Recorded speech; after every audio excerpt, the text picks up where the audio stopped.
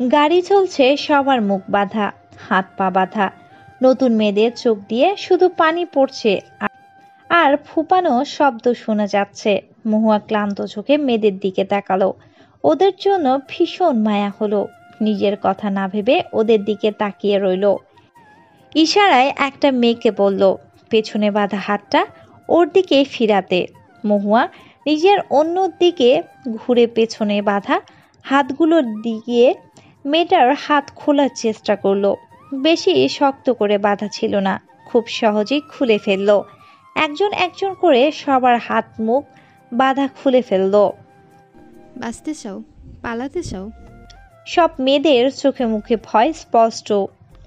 ভয় পেও না, আমার কথা মতো কাজ করো।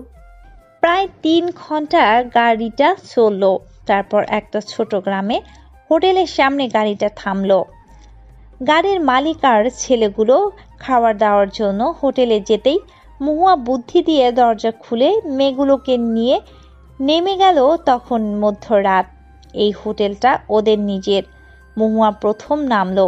নেমে পেছন ফিরতেই কাউকে দাঁড়িয়ে থাকতে দেখে ভয়ে বুক কেঁপে উঠল। ছেলে হিংস্র দৃষ্টিতে তাকিয়ে আছে মহুয়ার দিকে, রেগে মহুয়ার দিকে তেড়ে আসতেই মহুয়া নিজের শরীরে ওড়নাটা ফেলে দিল। ছেলেটার দিকে তাকিয়ে মুচকি লাজুক হেসে ছেলেটার দিকে তাকালো। ছেলেটা আবছা অন্ধকারে থমকে গেল, কেমন ঘোর লাগা দৃষ্টিতে মহুয়ার দিকে তাকিয়ে রইল। এই আবছা অন্ধকারে মহুয়াকে দেখতে পরীর মতো লাগছে। মহুয়া 1 পা 2 পা করে পিছিয়ে গেল ছেলেটাও 1 পা 2 পা করে এগিয়ে আসছে। গাড়ির পেছনে গিয়ে মহুয়া শরীরের রাগ চেপে বসল।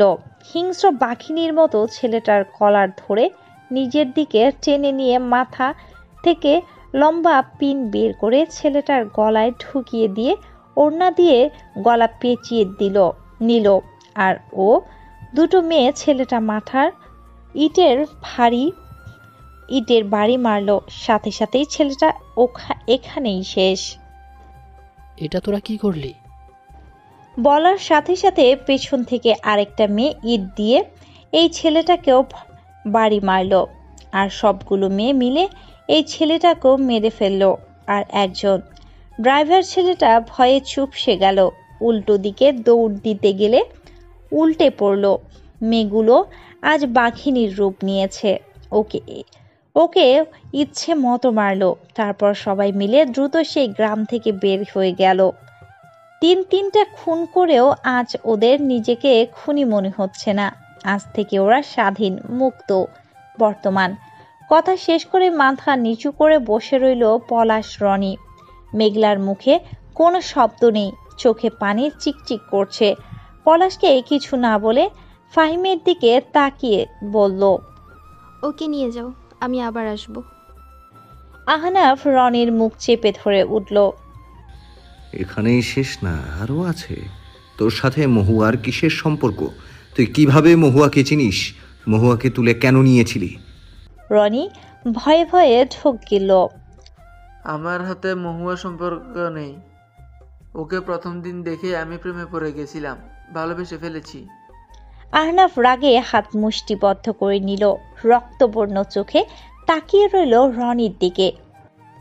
আমি ওর পিছু নেওয়া শুরু করেছি, ওকে আমার ভালোবাসা বুঝাতে চাই। একদিন খবর আসলো একটা মেয়ে 5টা ছেলেকে খুন করেছে, তার মধ্যে আমার ভাইও ছিল। গাড়ির ড্রাইভার ছিল আমার ছোট ভাই। ভাগ্য ভালো ও বেঁচে গিয়েছিল। আমি রেগে ফুলবানুর পল্লীতে গিয়ে মেয়ের ছবি দেখে অবাক হয়ে গিয়েছিলাম। ফুলবানুকে মেরে ফেলার হুমকির সাথে পল্লীকে উড়িয়ে দেওয়ার কথা বলতেই আমাকে সব বলে দিয়েছিল। আর ওই মেয়েগুলোকে কোথায় নিয়ে যাচ্ছিলি? রনি গলা শুকিয়ে আসলো। আমি জানি না। আমাদের কাজ ছিল বসের আস্তানা পর্যন্ত মেয়েগুলোকে পৌঁছে দেওয়া। বিভিন্ন জায়গা থেকে মাইয়া তুলে এনে পতিতাপল্লীতে, হোটেলে না হয় বড় বসের আস্তানে বিক্রি করি। মহুয়াকে তুলে এনেছিলি কেন?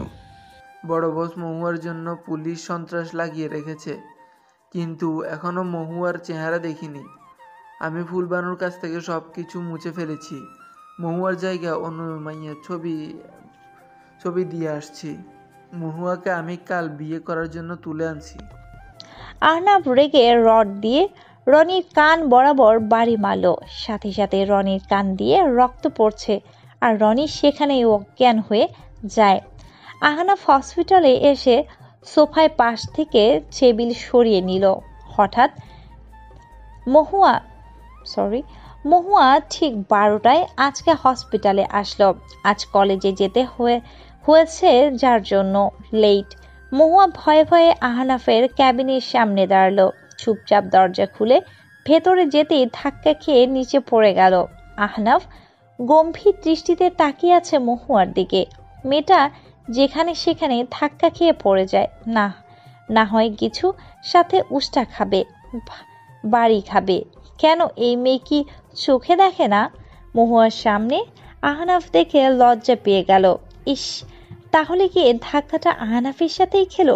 কি লজ্জার বিষয়, বারবার আহনাফের সামনেই কেন এমন পরিস্থিতিতে পড়তে হয়?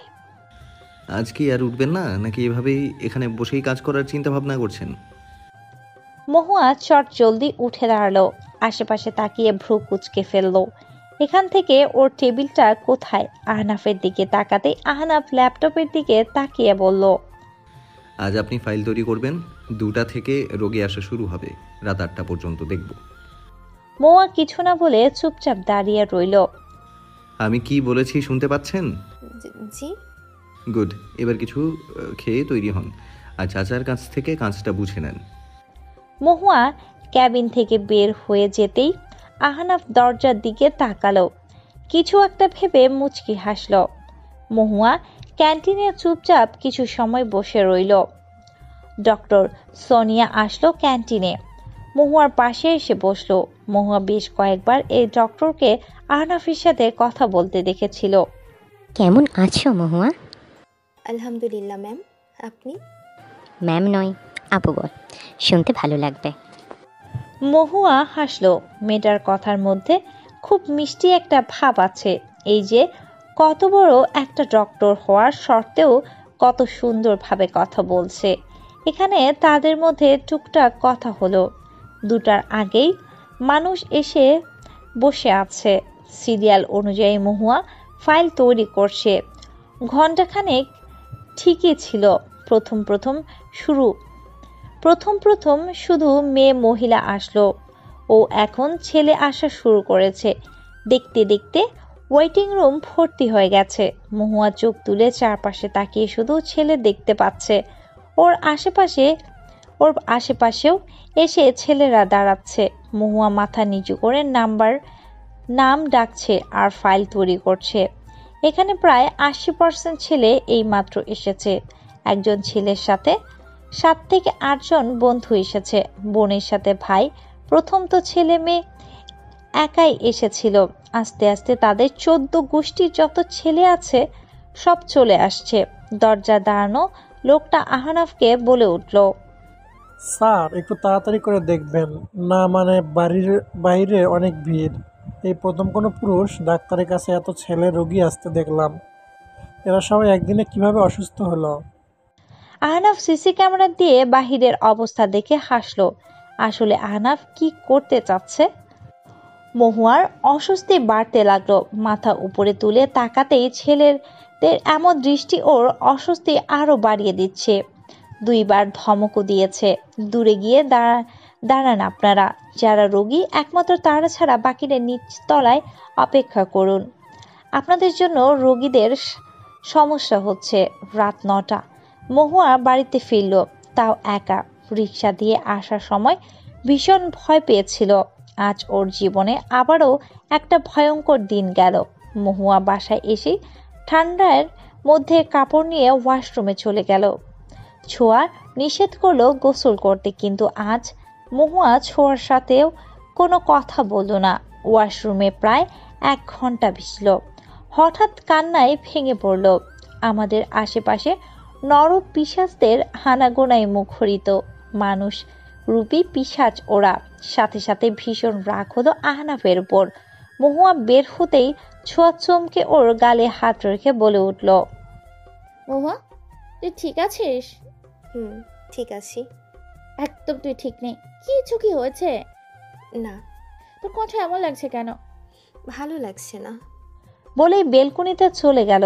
ছোঁয়া মহুয়াকে টেনে রুমে এনে বিছানায় বসিয়ে কাঁথা গায়ে জড়িয়ে বলল, চুপচাপ বসে থাক, আমি এক্ষুনি খাবার নিয়ে আসছি। তোকে দেখেই মনে হচ্ছে কিছু খাসনি, মুখটা কেমন একটুখানি হয়ে গেছে। মহুয়া ছোঁয়ার চিন্তিত মুখটার দিকে তাকিয়ে হাসল।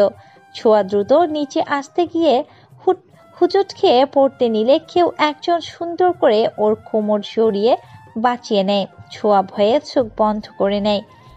এই বুঝি কোমর গেল রে। কোমরটা কারো হাতে স্পর্শ পেতে চোখ খুলে সামনে তাকায়। নিজের সামনে অপরিচিত ছেলে দেখে ভয়ে ধাক্কা দিয়ে দূরে সরিয়ে যায়। এই জন্যই কারো সাহায্য করতে নেই, সাহায্য করলাম আর আপনি আমাকে ধাক্কা মারলেন। তো কি আপনাকে আঠার মতো জড়িয়ে রাখবো? ছেলেটা লজ্জা পাওয়ার মতো মুখ করে বলল, রাখতে পারেন। সাজ্জাদ। কারো গম্ভীর কণ্ঠ পেতেই সাজ্জাদ ছেলেটা বিরক্ত হয়ে পেছনে ফিরল। তোর আর আসার সময় হলো না? নির্জন ছোঁয়ার দিকে তাকিয়ে রেগে বলে উঠল, এখানে সেজে দাঁড়িয়ে আছিস কেন? যা নিজের কাজে। অচেনা কারো সামনে ধমক খেয়ে ইনোসেন্ট মুখ করে রান্নাঘরের দিকে চলে গেল ছোঁয়া। এই নির্জনের বাচ্চা সব সময় এমন করে। নির্জন সাজ্জাদের দিকে তাকিয়ে বলে উঠে, তুই ওকে কেন ধরেছিস? কেন, তুই কি চোখে দেখিসনি কিউট বাচ্চাটা নিচে পড়ে যাচ্ছিল? তাই বলে তোকে ধরতে হবে? পড়ে যাক, কোমর ভেঙে যাক, ডাক্তার কাছে নিয়ে যাব, ঠিক হয়ে যাবে। তুই কেন ধরতে যাবি? নেক্সট ও পড়ে যাক, হাত পা কোমর ভেঙে যাক, হাতও স্পর্শ করবে না। সাজ্জাদ কিছু সময় নির্জনের মুখের দিকে তাকিয়ে রইল, তারপর হাসতে হাসতে বলে উঠল, জলে জলে জলে। নির্জন সাজ্জাদের দিকে রেগে তাকিয়ে আবার নিজেই হেসে ফেলল। সাজ্জাদ খুব ভালো করেই জানে নির্জন ছোঁয়াকে পছন্দ করে। ছবিও দেখেছিল একবার, চিনতে একদমও ভুল করেনি। এইটাই ছোঁয়া। সাজ্জাদ নির্জনের অনলাইন বন্ধু। এই বাসায় কখনো আসেনি, তবে সাজ্জাদকে নিয়ে অনেক কাহিনী শুনেছিল সবাই নির্জন। মুখে মুখে প্রায় সবাই চিনে সাজ্জাদকে। অনলাইনে এদের পরিচয়, তারপর বন্ধুত্ব, আর এখন এরা একজন আরেকজনকে নিজের ভাই বন্ধু সব মনে করে। সাজ্জাদ ড্রয়িং রুমে সবার সাথে পরিচিত হয়ে নির্জনের সাথে সিঁড়ি দিয়ে উপরে ওঠার সময় দরজায় চোখ আটকে যায়। শ্যামবর্ণ গায়ের রং একটা শাড়ি পরা মেয়ে বাড়িতে প্রবেশ করে চুপচাপ হেঁটে এদিকে আসছে। মুখে কোনো সাজসজ্জার ছিটে ফোটাও নেই। চুলগুলো খোলা কিন্তু অপরূপ সুন্দরী লাগছে। লোকে বলে চাপা গায়ের রং নাকি মেয়েদের সুন্দর লাগে না। সাজ্জাদ তো চোখ সরাতেই পারছে না। সাজ্জাদকে এভাবে দাঁড়িয়ে থাকতে দেখে নির্জন নেমে এসে জিজ্ঞেস করলো। সাজ্জাদ ইশারায় জিজ্ঞেস করলো, মেয়েটা কে? মেঘলা ভাবি, তোকে তো বলেছিলাম সবটা। সাজ্জাদ অবিশ্বাস্য চোখে নির্জনের দিকে তাকিয়ে আবার মেঘলার দিকে তাকালো। এত সুন্দর একটা মেয়ে বস্তির ছিনতাইকারী চোর, বিশ্বাস হলো না সাজ্জাদের। সাজ্জাদ মনে মনে হেসে বলে উঠল, আপনি বস্তির মেয়ে হন বা ছিনতাইকারী, আমার আপনাকেই চাই মেঘলা।